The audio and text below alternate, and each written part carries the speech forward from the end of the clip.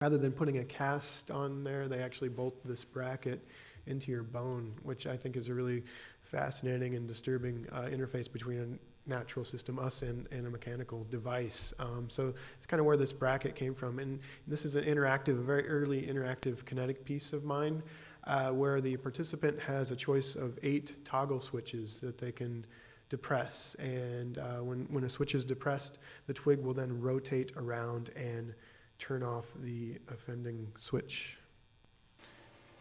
at the same time making a very gestural, kind of indicating that direction.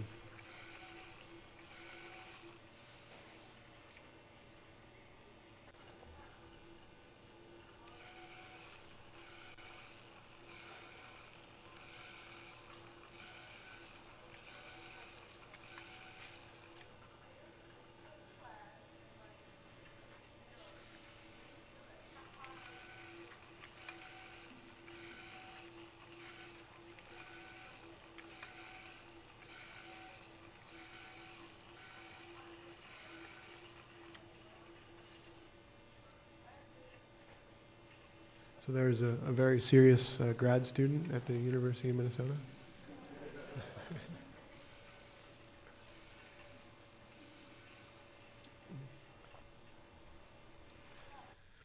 So with this next piece, rather than having a literal natural element, looking at more of like natural behavior, this piece was included in this exhibition titled Art Bots at I-Beam in 2003, I guess.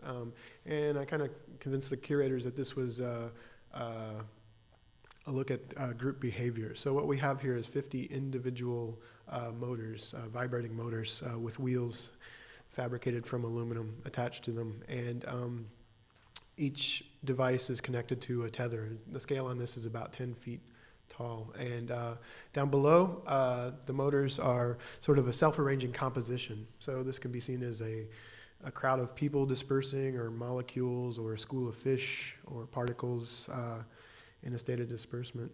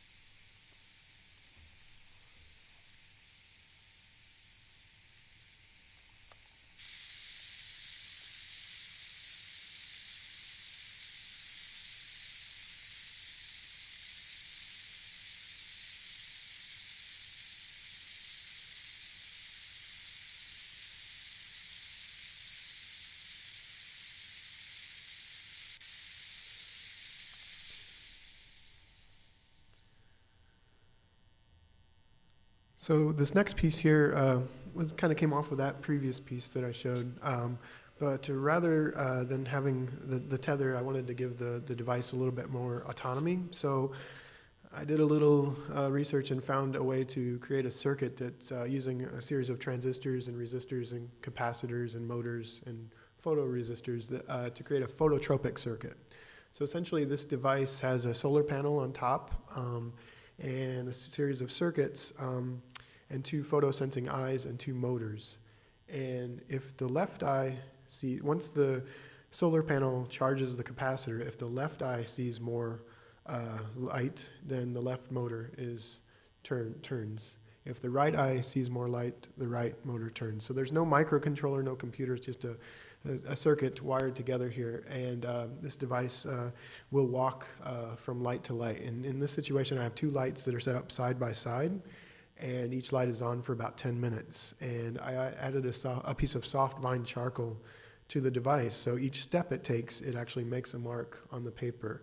And as you'll see, when it's not directly under the pool of light, it is very sluggish because it takes a while to charge, and when it gets to the pool of light, it gets very happy and makes nice circles there when it's found its food. So I can set up a series of lights and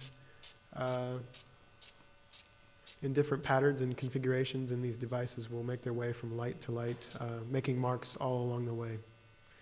So in some ways, this is kind of a living thing that's seeking out its food source in a very rudimentary sense, I suppose.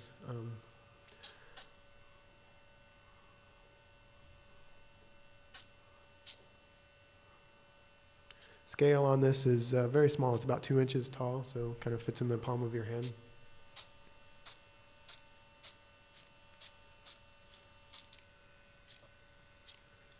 So I can set these guys up and go have a sandwich in their drawing, or go teach a class in their drawing.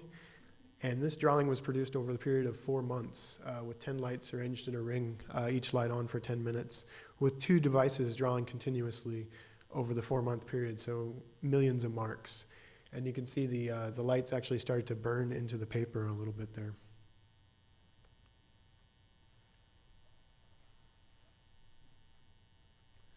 So starting to think about mark making more with my work.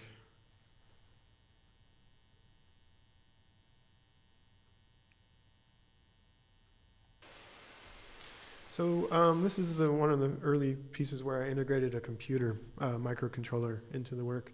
And initially I was thinking about surveillance and maybe this device that would track people throughout the room. But really, this is using 4 infrared sensors that are connected via microcontroller to servo motors. So when the left one detects a person's hand, the motor turns left. The right one detects a person, turns right, and up and down, and so on and so forth. As you can see, it's not really surveillance. It really became kind of a highly specialized drawing instrument here. Really kind of, it's maybe kind of an unruly child here, maybe.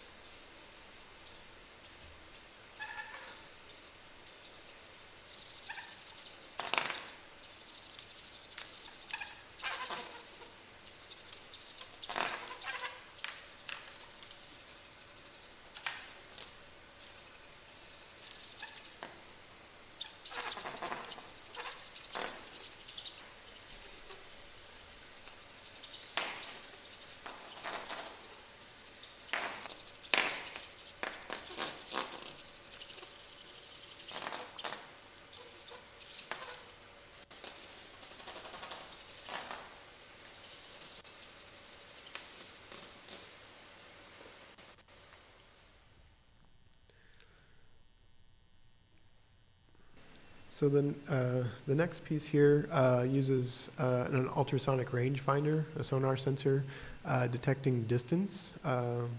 So it sends out an ultrasonic chirp and bounces off of objects or people in the space.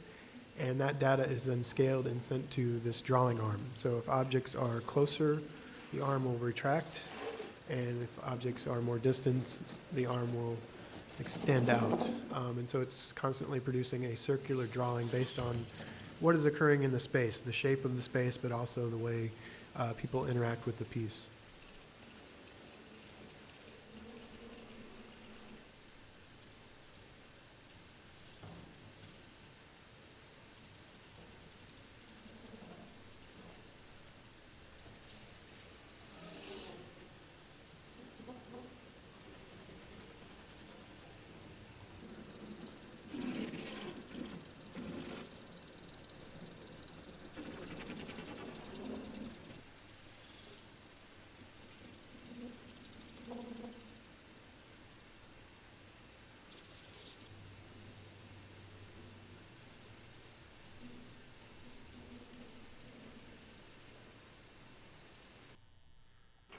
So next up, I've given some flies the ability to make drawings. So we have house flies. We have about 200 house flies living in this chamber here. And up at the top, we have some sensors that detect their movements. And those control this, this drawing arm here. So if a fly is detected in the chamber, a drawing is produced. The data from the fly's movement is scaled and sent to the motors on the drawing arm. If no flies are detected, the arm will retract and the scroll of paper will advance and await a new fly to enter the chamber.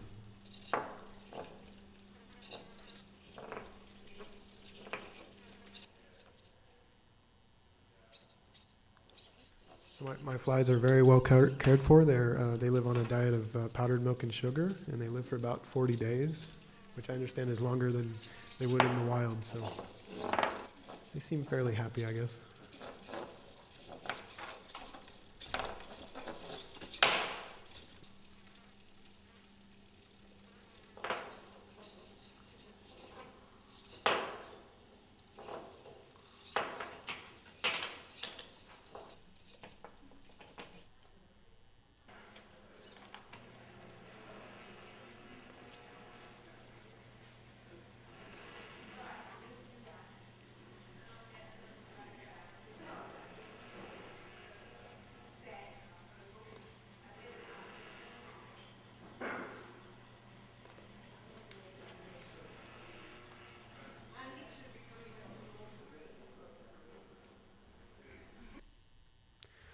So next up, we have a piece titled Growth Rendering Device, and this is essentially the technology here is an old school HB inkjet, like the first inkjet, and a sensor called a photoresistor. Whenever the photoresistor detects the shadow of the plant, the microcontroller tells the inkjet to spit out one period, one dot, and it moves in an XY fashion, and so you get these rasterized kind of crude drawings of this plant. And the system is set up to run every 24 hours. So each day is a new drawing of the plant.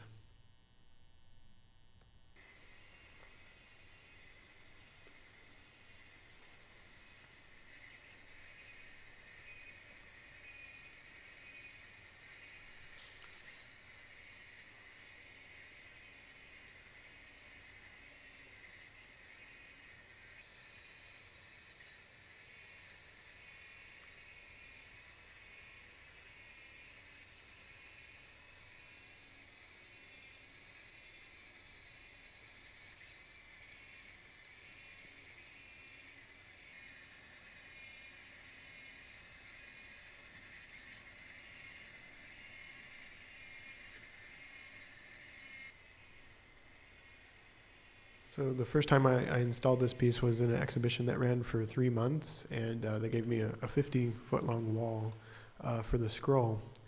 And about 2 months into that exhibition, the curator called me and said, the plant is dying. What are we going to do? Should we replace it?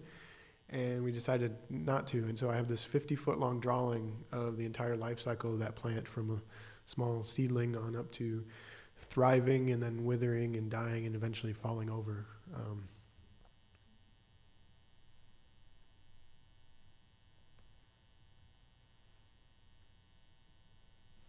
So here I did this residency in the countryside of Hungary in 2007, and I didn't bring any of my technology with me. I set up these very simple mechanisms that would be blown by the wind and counterweighted with a stone, and yeah, they were set up to collect wind data, right, every day for the 2 weeks that I was at the residency.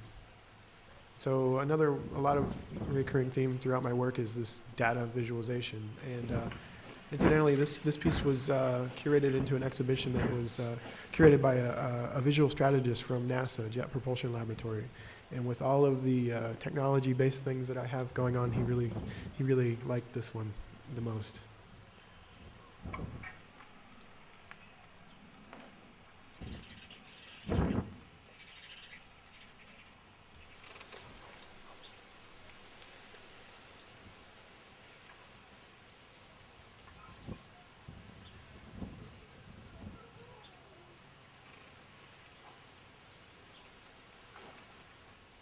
So as you can see, on some days the wind was pretty extreme, and on others it was rather calm.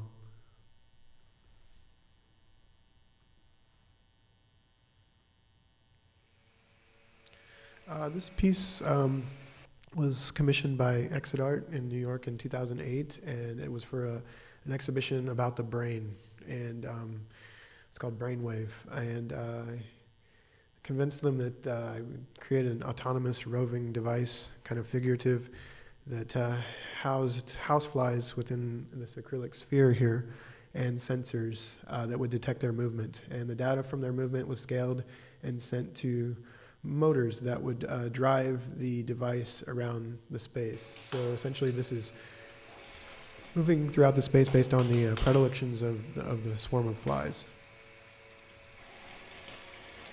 And as you can see, there's a black tape ring on the floor, and it's also programmed to stay within that area, which it was in the gallery, but I got a call about 2 weeks into this exhibition and said they were telling me that the device escaped, so the flies rebelled here, I guess.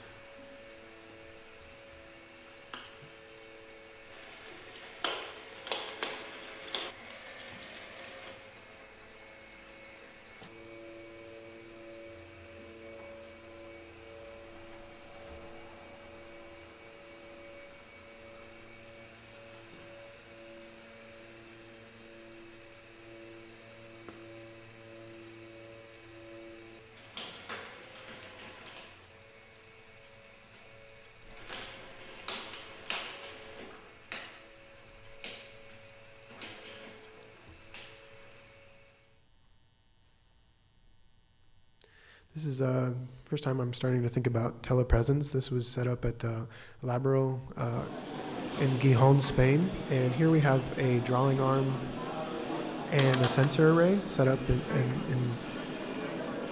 in Spain, and the drawing arm and the sensor array set up at the University of Minnesota. The data from the sensor array is sent in real time to the drawing arm in Spain and vice versa. So in real time, these drawings were produced from data from 3,000 miles away.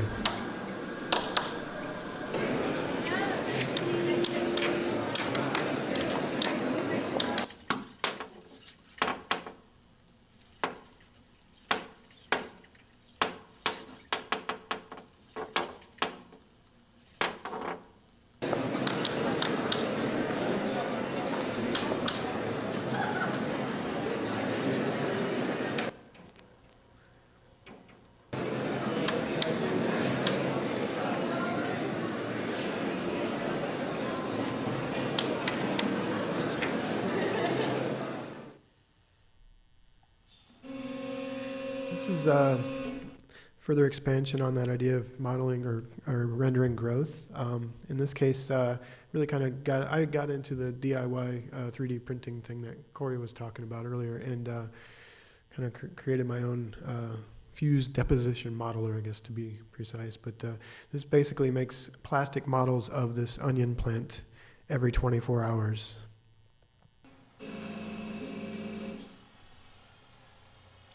So the plant is scanned in real time, and this plastic extruder outputs plastic based on what the scan is reading.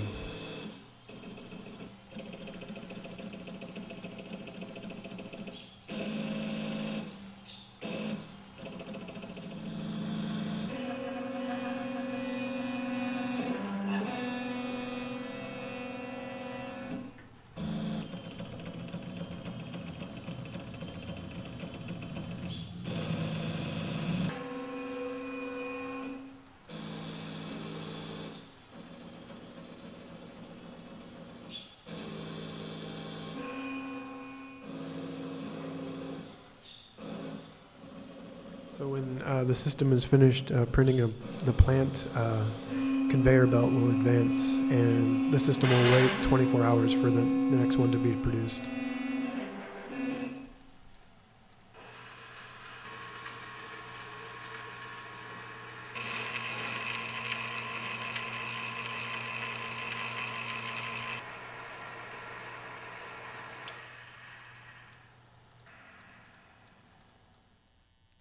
So here's a time lapse, so you can see the entire print.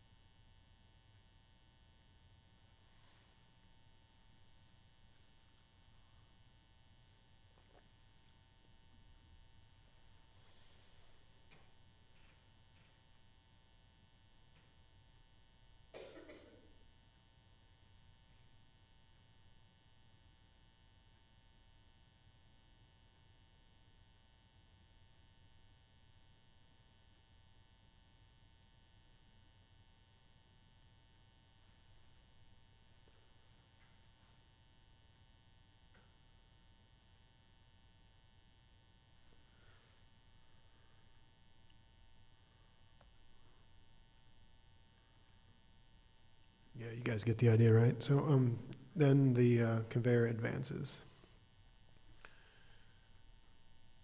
So yeah, back to telepresence. So here we have a field of devices, basically just servo motors, and these drive plant stocks. And this was first set up at this place called Laboratory of Art and Science Space in Moscow in 2010. And this field of devices was set up in the gallery, and a sensor, basically an accelerometer, thing that detects XY tilt, was set up outdoors in Minnesota, in Duluth. And data from that accelerometer was sent in real time to the field of devices in the gallery. So essentially what's happening in the gallery is a recreation of the physical effects of the wind on this plant stock from 5,000 miles away. Real time, like 5-second delay, I think, on that.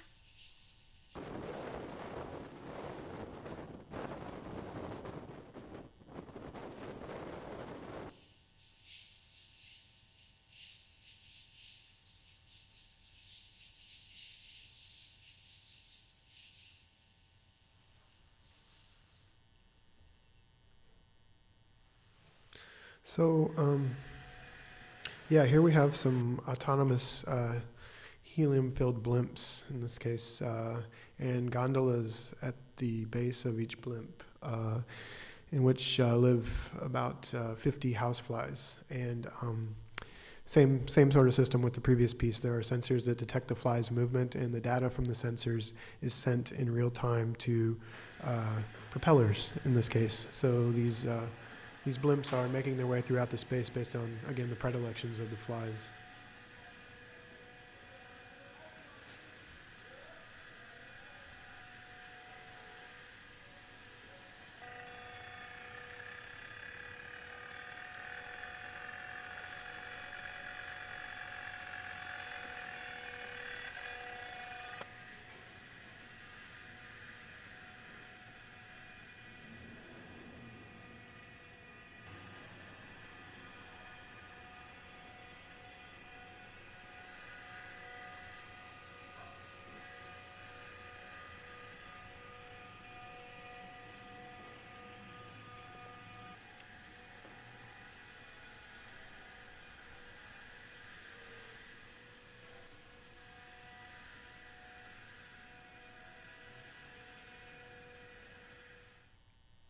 So in 2011, I took a journey across Lake Superior near my home in a ferry, and I took my laptop with me and collected the movement the data from the movement of the ferry as we went across the lake, and it just happened to be kind of a rough day. And I saved that data and then output it to this sculpture here. So this is using that data that was collected from the ferry ride across Lake Superior.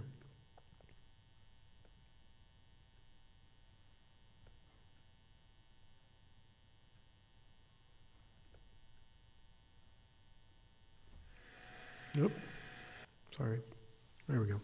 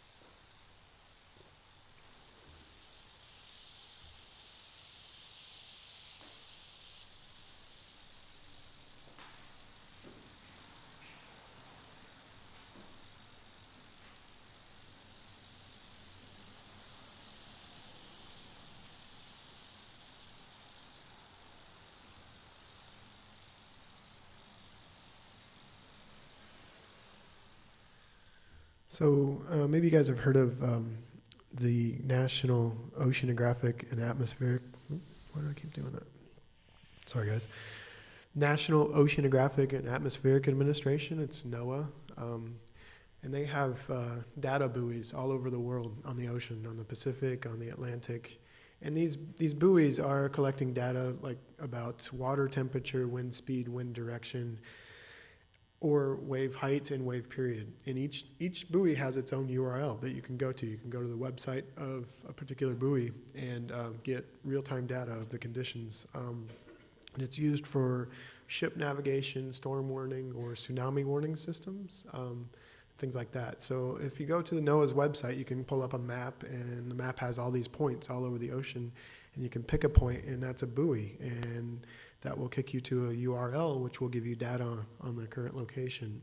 So I'm using, for this series, I'm using wave height and wave period data from a buoy in the Central Pacific Ocean. It was originally, at the time of this exhibition, it was originally moored about 150 miles west of Honolulu, but it actually had broken loose of its mooring, so it was kind of adrift, which I thought was sort of poetic. So this is using real-time data from that buoy to recreate the physical movement of the water, in this case in Marseille.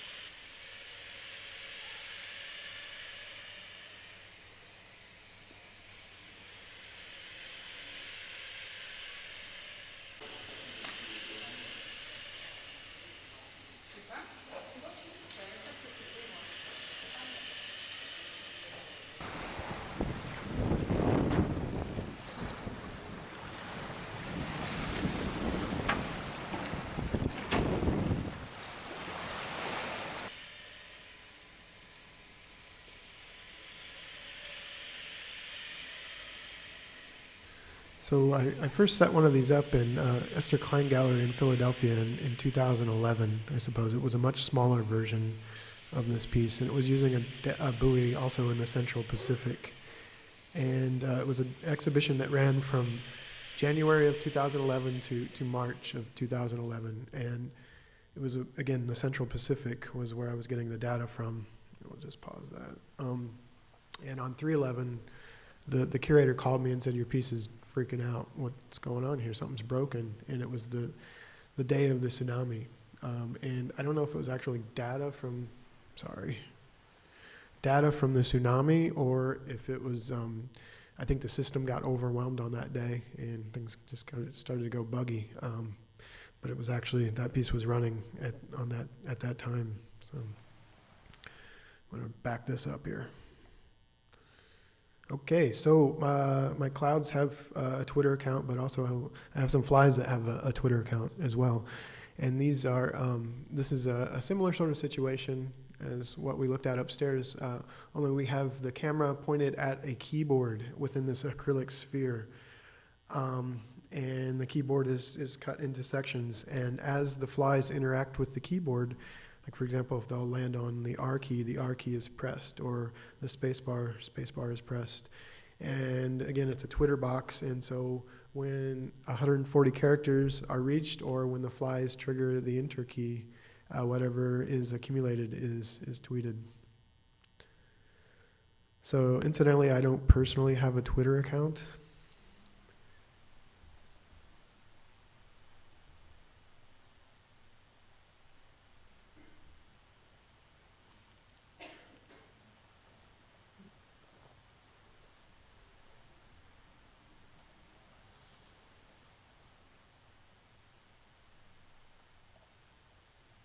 So here you can see how the custom software works.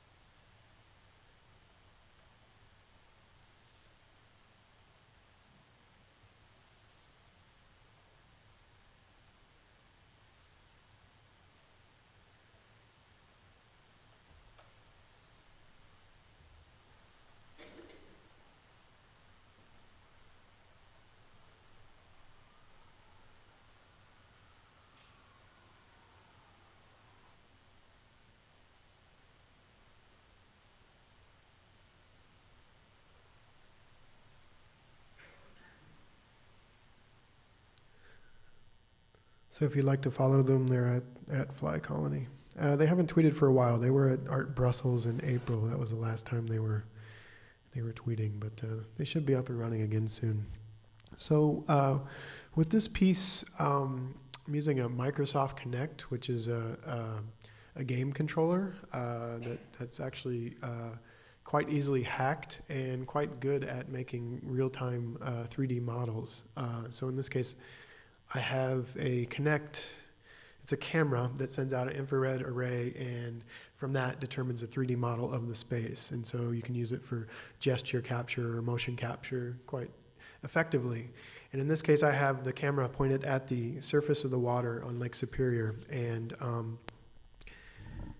I'm collecting data from the movement of the water. Essentially, it's what's called an array. It's a series of points, and it's about 250,000 individual points of distance from the movement of that water. And I'm scaling that and outputting it to about 750 motors here in the gallery space. So this is recreating the physical movement of the water in a much more complex form than what we had previously.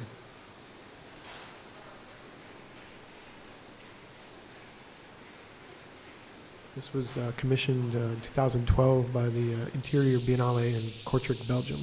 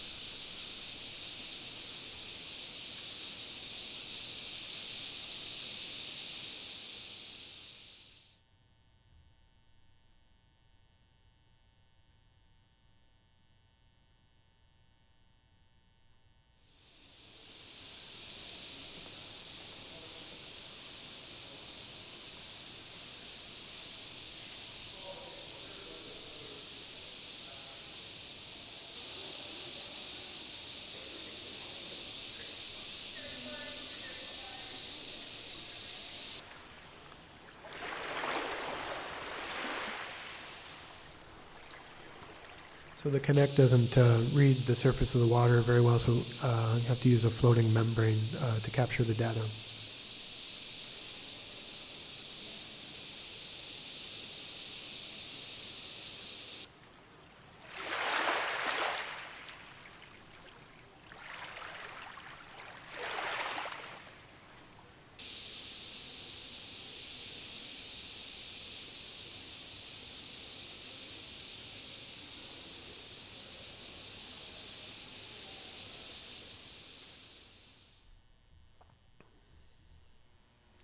So here's the piece in the exhibition, Cloud Tweets.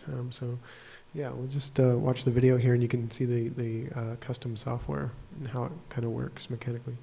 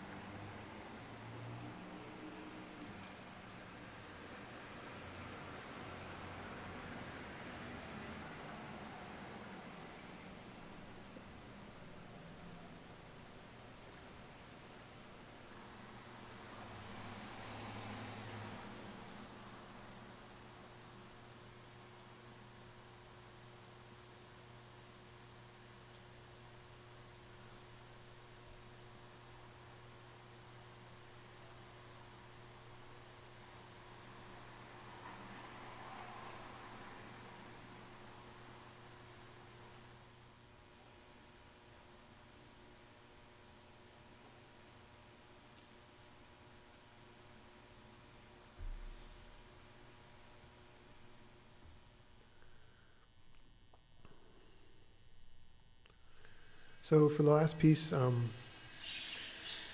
the flies have a gun. What we have here is obviously a gun set up with a robotic arm and acrylic sphere and a camera pointed at a target backdrop within that acrylic sphere. And when the software tells the robotic arm controlling the gun to essentially follow the flies or a grouping of the flies. And if a fly goes to the center of the target, the trigger of the revolver is pulled. So this gun is operated by the flies.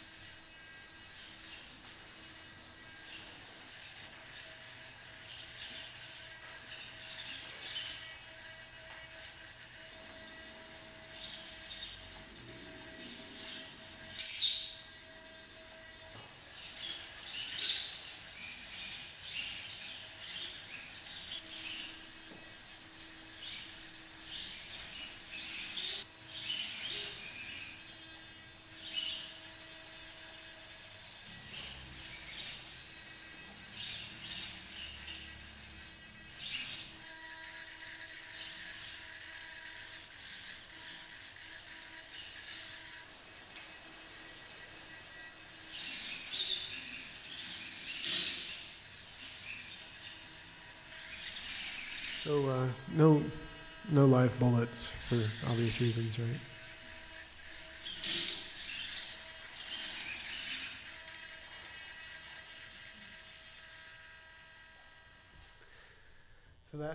So that's what I do. Thank you.